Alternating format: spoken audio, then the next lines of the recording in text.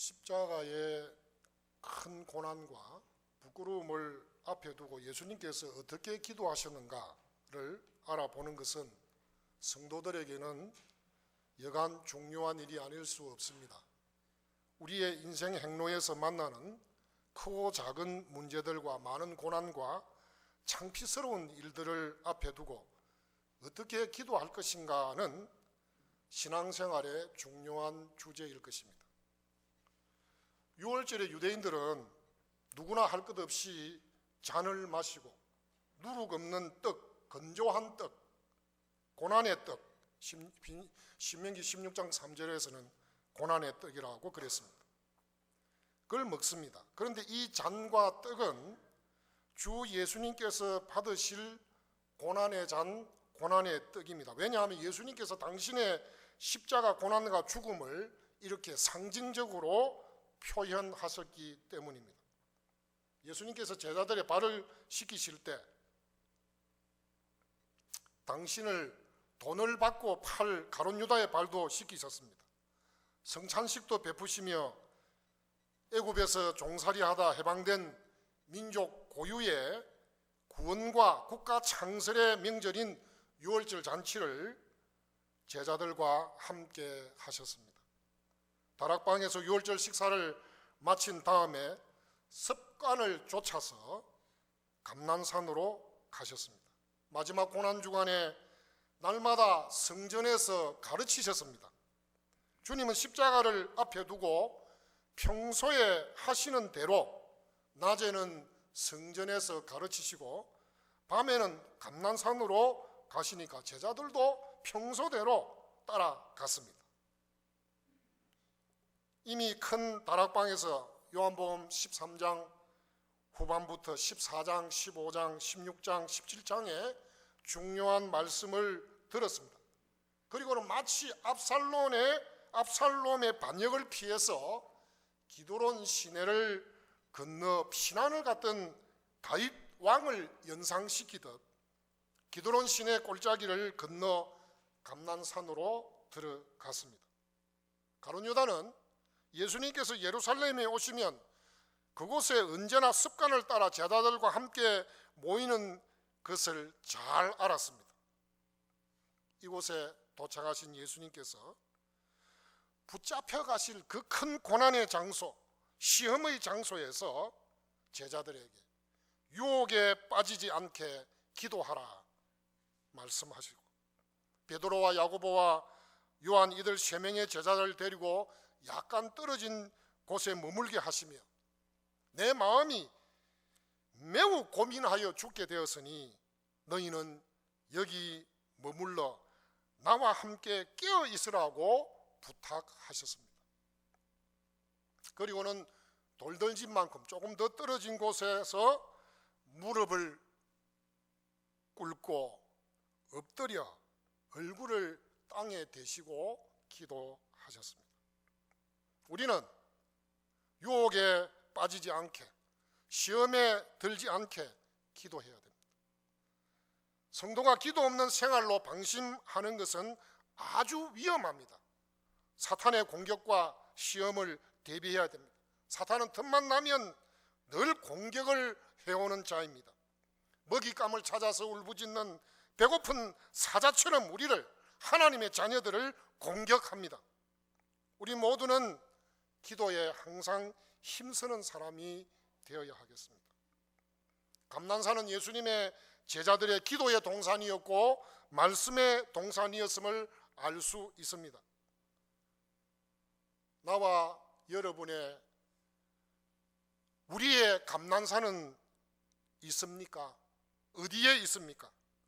골방도 직장의 한 구석도 될 수 있을 것입니다. 예수님은 기도를 명령하셨을 뿐만 아니라 친히 기도의 본을 보여주시고 계십니다. 어떤 본을 보여주시나요? 무릎을 꿇고 엎드려 얼굴을 땅에 대고 기도하셨습니다. 요즘 우리의 기도 자세가 과간입니다. 옛날에는 아마 여기에 연세 드신 분들, 옛날에는 우리 예배당에서 마룻바닥에 꿇어 엎드려 꿇어서 예배 드렸는데 의자가 들어오면서 점점 편하게 예배 드리는 편리주의 예배 문화가 널리 퍼졌고 기도할 때도 편한 자세로 기도하는 것이 공식처럼 되어버렸습니다. 요즘도 어떤 교회들은 긴 의자를 사용하지만은 기도 시간에는 무릎을 꿇는 자세를 위해서 우리가 요즘 보통 긴 의자 밑에 가방걸이 되는 가방 거는 그것이 중요하고 그 밑에 보면 접었다가 폈다가 하는 무릎을 꿇는 받침대를 둔 의자들을 기억하실 것입니다. 기도 시간만이라도 무릎을 꿇는 경건의 모양, 경건함의 거룩한 전통을 지키려고 노력합니다. 요즘도 많은 교회들이 새벽기도 시간에는 꿇어 앉아서 기도합니다마는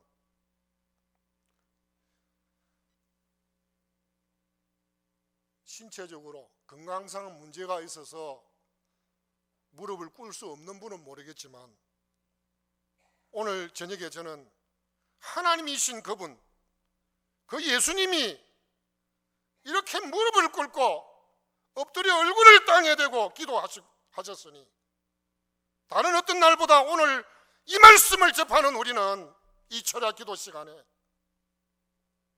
건강상 곤란한 사람은 제외하고 한번 예수님의 무릎을 꿇고 기도하면서 주님의 마음, 주님의 기도를 본받기를 바랍니다.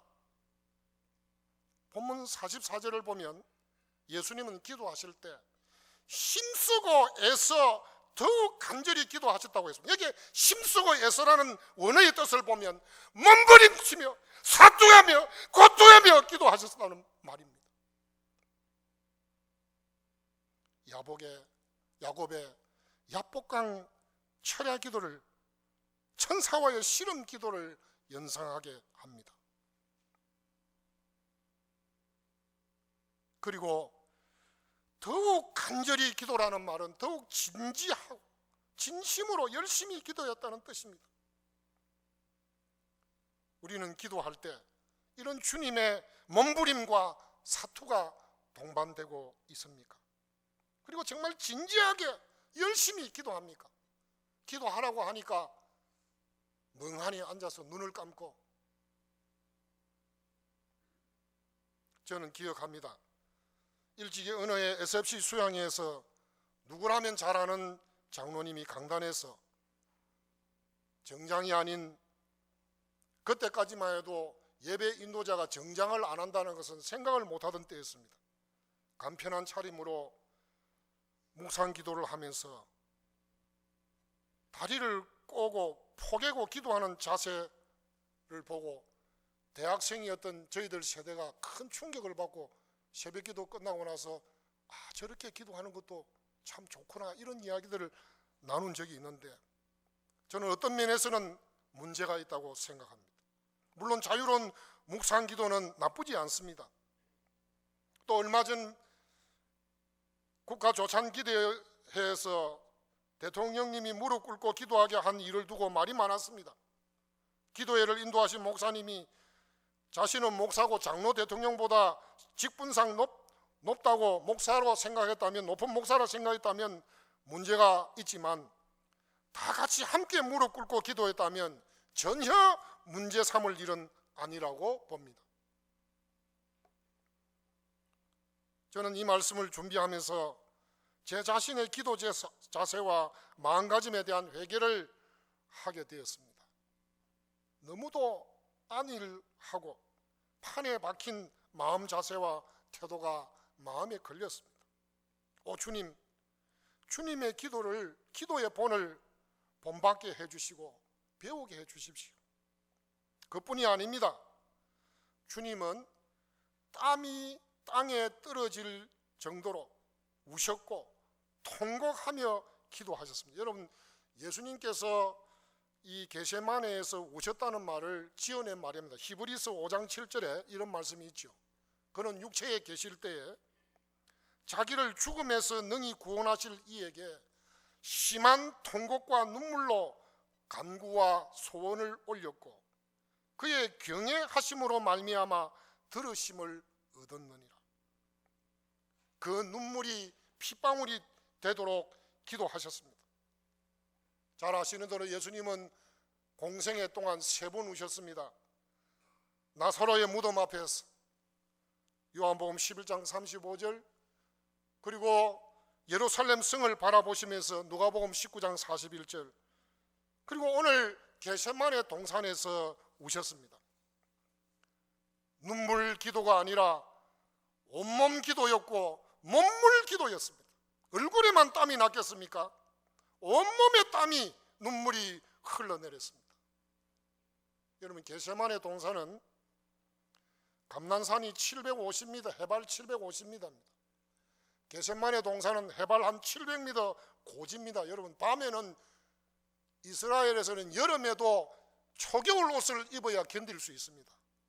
그 추운 밤 야외에서 땀이 나도록 기도하셨습니다. 우리의 기도에 뜨거운 눈물이 마른 지가 오래되었습니다. 나의 기도에, 우리 교회의 기도에, 우리 개혁주의 교단 교회의 기도에, 한국교회의 기도에 눈물샘이 말라버린 지 제법 오래된 것 같습니다. 시편 56편 8절에 다윗 왕은 나의 눈물을 주의 병에 담으소서. 여러분, 어떤 영화를 기억할 겁니다. 왕이 눈물을 흘리면 눈물 숟가락으로 눈물을 담아서 병에 담아, 그리고 고고학자들이 왕의 무덤을 발굴하면 거기에 조그마한 병이 발견돼, 그것이 바로 그 왕의 눈물을 담아놨던 눈물병입니다.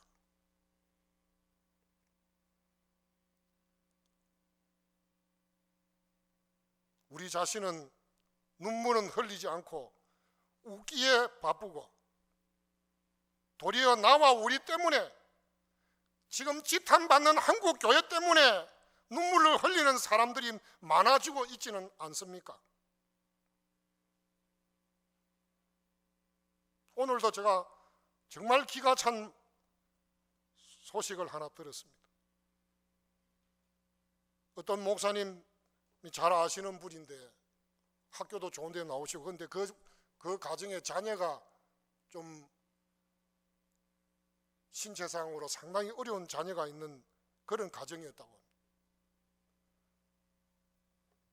근처에 있는 어느 교회에 사이비 교역자가 접근해가지고 그 가정에 그 자식 때문에 어려워하는 그 여린 마음을 이용해서 수억의 돈을 뺏어 먹고는 헌금으로 한 게 아니냐고 하면서,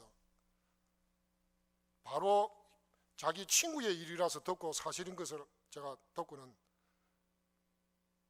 어떻게 이런 일들이 가능한 것인지, 하나님의 이름이 우리 때문에 모독을 받고 있지는 않습니까? 저는 오늘 이 시간 우리 기도에 통곡과 눈물을 되찾기를 바랍니다. 땀이 핏방울이 되도록 기도하는 주님 닮기 기도를 한번 따라하기를 바랍니다. 뿐만 아니라 주님은 그 절박한 기도, 고통의 기도 가운데서도 하나님 아버지를 경외하는 경건함이 있었습니다. 그러나 내 원대로 마시옵고 아버지의 원대로 되기를 원하나이다. 이 점 또한 우리는 주님께 배워야 합니다. 주님께서 육체로 계실 때의 십자가의 고통과 죽음의 고통을 얼마나 견디기 어려웠으면, 할 수만 있으면 십자가의 고난을 피하고 싶어 하셨는지 모르겠습니다. 그러나 여기에 아버지의 뜻대로 되기를 잊어버리지 않으셨습니다.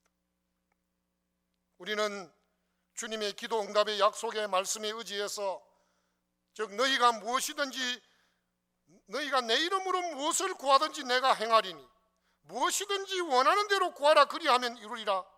내 이름으로 아버지께 무엇이든지 다 받게 하려 함이라는 요한복음 14장, 15장, 16장에 나오는 그 말씀.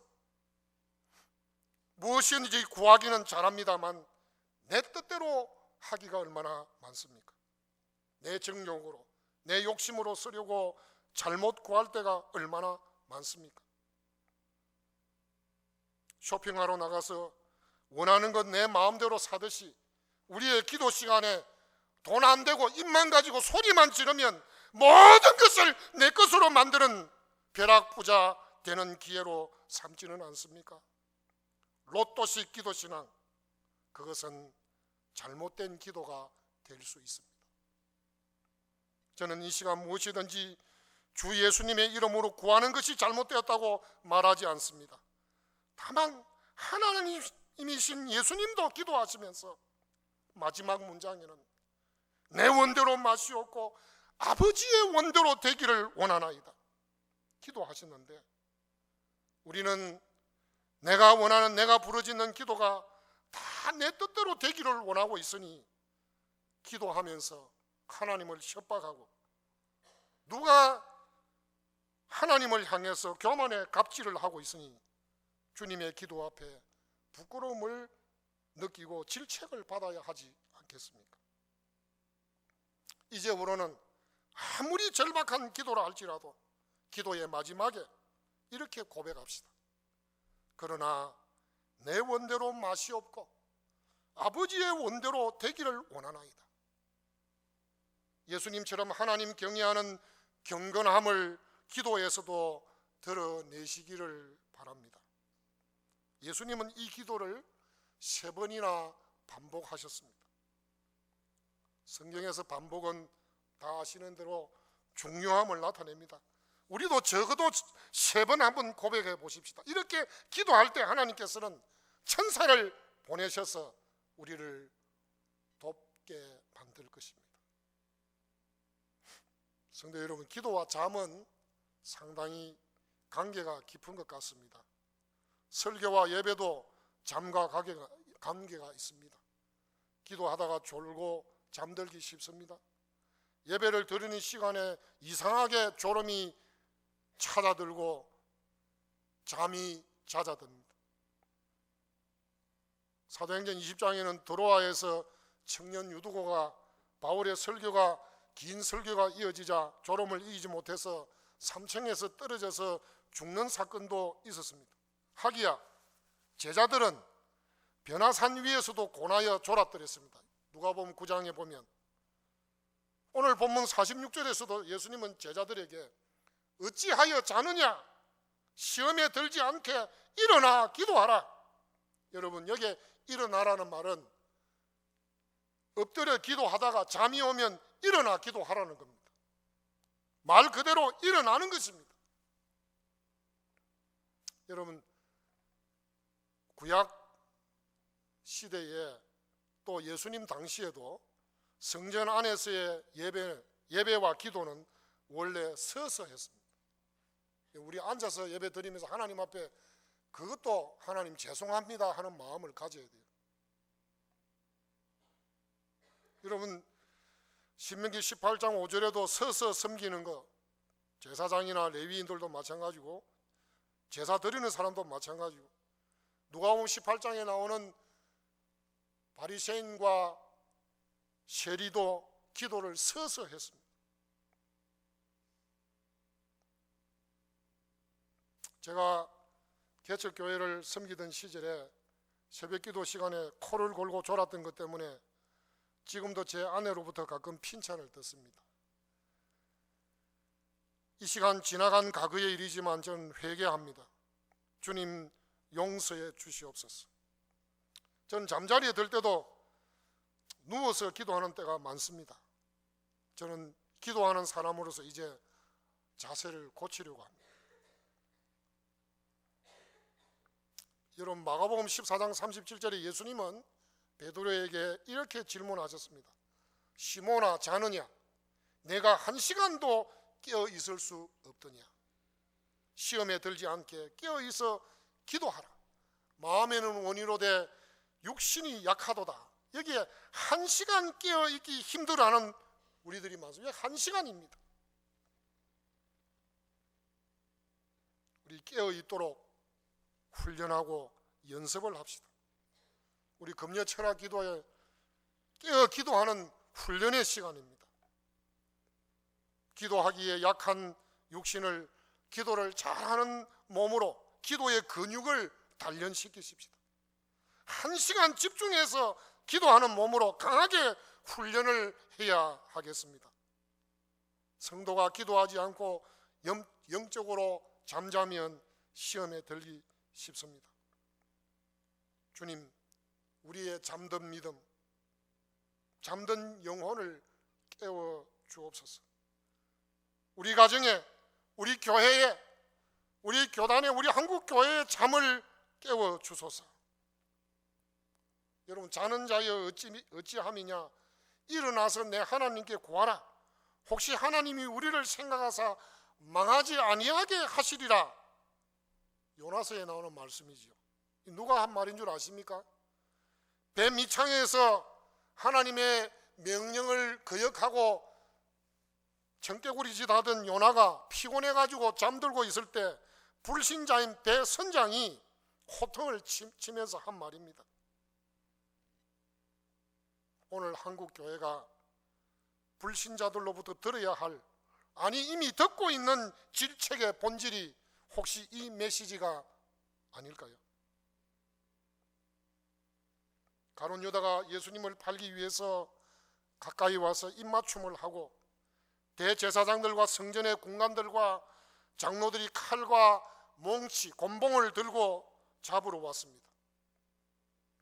부드러운 미소를 띠면서 입맞춤으로 배신하는 가룟 유다, 팔지 말아야 할 것을, 팔 수 없는 것을, 스승을, 의인을, 하나님을 남자와 여자 노예의 몸값인 은 30에 파는 가룟 유다를 보십시오.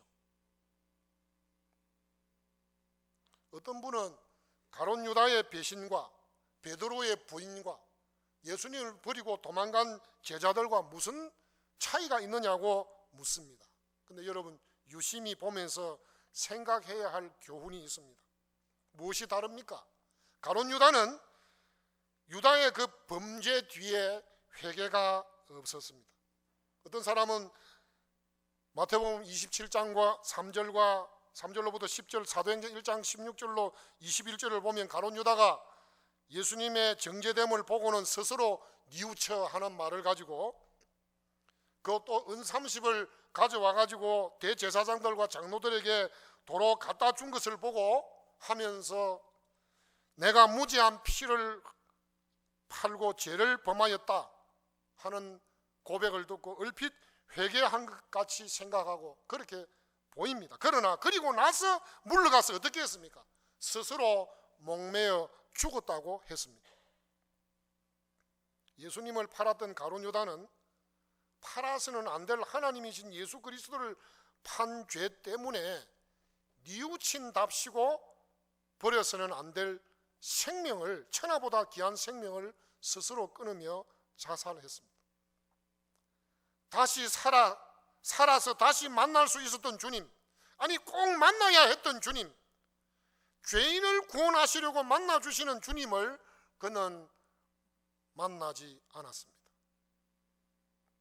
천하보다 귀한 생명을 자기 마음대로 버림으로써 주님을 만날 기회를 스스로 포기하고 버리고 말았습니다. 태어나지 않는 것이 더 나을 사람이 되고 말았습니다.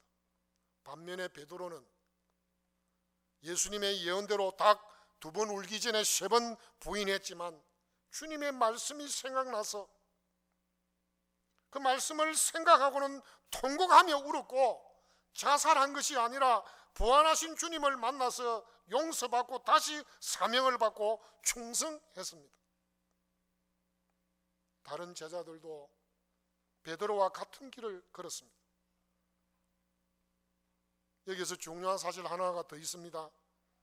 요한복음 13장 30절로 31절에 보면 가룟 유다가 놓친 말씀이 13장 31절로 17장 26절까지입니다. 거기에 세계명, 열매 맺는 삶, 근심하지 말 것, 성령 하나님이 오실 것, 기도의 무지한 응답, 담대할 것, 승리, 하나됨을 말씀하셨습니다.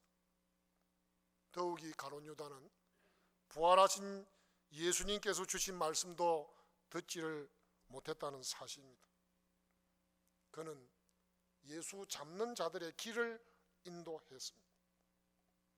가룟 유다의 불행 속에는 예수님의 말씀을 놓친 데 있다는 사실입니다. 예수님과 함께하는 겟세마네 동산 기도 시간을 놓친 데 있습니다. 그는 인간적인 기대와 자신의 기대와 욕망에 맞지 않는 메시아라고 실망하고는 예수님을 반대하는 적들에게, 사탄의 세력에게 팔아 넘겨버린 잘못된 신앙이었습니다. 유대인들도 그랬습니다. 그들은 왜 예수님의 메시아 되심을 거부하고 부인했습니까? 구약 성경에 예언된 메시아의 예언 가운데 자신들이 좋아하는 영광의 메시아만 받아들이고 우리의 죄값을 담당하신 고난의 종으로서의 겸손한 메시아를 받아들이기를 거절했을 때 예수 그리스도를 십자가에 못 박아 버리고 말았습니다. 오늘 자유주의 신학과 신앙과 이단들의 신앙도 판박입니다. 믿고 싶은 것만 골라서 믿고 내 마음에 맞지 않으면 믿지 않고 받아들이지 않습니다. 하나님과 우리 사이에 누가 갑이고 을입니까? 피조물은 우리가 감히 창조주 하나님을 향하여 갑질을 하고 있습니다. 하나님, 나 이번에 이것이 필요합니다. 언제까지 들어주시고 그렇지 않으면 나 하나님 안 믿을 겁니다. 하나님을 협박하고 겁박해온 우리들은 아닌지요. 사랑하는 성도 여러분, 삼위일체 하나님께서 지금 하고 계시는 일이 무엇인지 아십니까? 성부 하나님은 우리를 보호하시고 우리의 기도를 들어주시기 위해서 대기하고 계십니다. 성경 관련 구절이 너무 많아서 다 말씀 안 드리겠습니다. 계시록 5장 8절과 8장 3절과 4절에 보면 성도들의 기도의 향을 받고 계시는 하나님을 볼 수 있습니다. 성자 하나님은 어떻습니까? 로마서 8장 26절로 27절에 보면 이런 말씀이 나오지요. 34절에 누가 정죄하리요? 죽으실 뿐 아니라 다시 살아나신 이는 그리스도 예수시니 그는 하나님 우편에 계신 자요 우리를 위하여 간구하시는 자시니라. 히브리서 7장 24절에는 어떤 말씀이 있는 줄 아십니까? 그러므로 자기를 힘입어 하나님께 나아가는 자들을 온전히 구원할 수 있으니 이는 그가 항상 살아 계셔서 그들을 위하여 간구하심이라. 아멘. 우리의 구원이, 예수님의 기도가 우리의 구원을 이루고 있다는 사실입니다. 성령 하나님의 기도는 로마서 8장 26절 27절 이와 같이 성령도 우리의 연약함을 도우시나니 우리는 마땅히 기도할 바를 알지 못하나 오직 성령이 말할 수 없는 탄식으로 우리를 위하여 친히 간구하시느니라. 마음을 살피시는 이가 성령의 생각을 아시나니 이는 성령이 하나님의 뜻대로 성도를 위하여 간구하심입니다. 여러분, 우리가 한 가지 오해하고 있는 것이 있습니다. 우리는 평소 기도는 우리의 일, 사람의 일이고 기도 응답은 하나님의 일, 하나님의 책임이라고 은연중에 생각하며 살았습니다. 하지만 기도는 하나님의 일입니다. 우리는 기도를 통해서 하나님과 함께 살아가는 것입니다. 하나님의 자녀, 하나님의 백성이 기도함으로써 되어지고 있는 겁니다. 우리의 기도는 지상에서 하늘 보좌로 올라가는 향기입니다. 정말이지 기도는 중요한 신앙생활입니다. 우리는 자주 기도는 대화라는 생각 때문에 응답에만 눈이 멀어서 하나님을 원망할 때가 얼마나 많습니까? 그러나 하나님이 하시는 일이 기도라는 기도 신학을 깨닫게 될 때 우리는 무시로 기도하라, 항상 기도하라는 말씀의 뜻과 그 이유가 다가옵니다. 우리는 기도함으로써 하나님과 하나가 되고 기도함으로써 하나님께서 우리와 함께 해주심을 보게 됩니다. 그 어떤 고난 앞에서도 흔들림 없이 평소에 일상 믿음 생활을 계속하며 습관을 쫓아서 모이기를 힘쓰며 살아갑시다. 부끄러운 고난 앞에서도 기도하고, 졸음이 오고 잠이 오면 일어나서 기도합시다. 눈물과 통곡을 회복하기를 바랍니다. 무릎 꿇고 얼굴을 땅에 대고 하나님을 경외하는 경건함으로 기도 드리기를 원합니다. 여러분, 죽는 날까지, 주님 오시는 그날까지 저와 여러분이 주 예수님처럼 잘 참고 끝까지 견디는 경건한 기도의 사람들, 고난 극복 전문가들이 되기를 바랍니다. 비록 졸더라도 주님과 함께 기도에 동참했던 제자들을 주님은 영광의 도구로, 사도로, 일꾼으로 사용하셨습니다.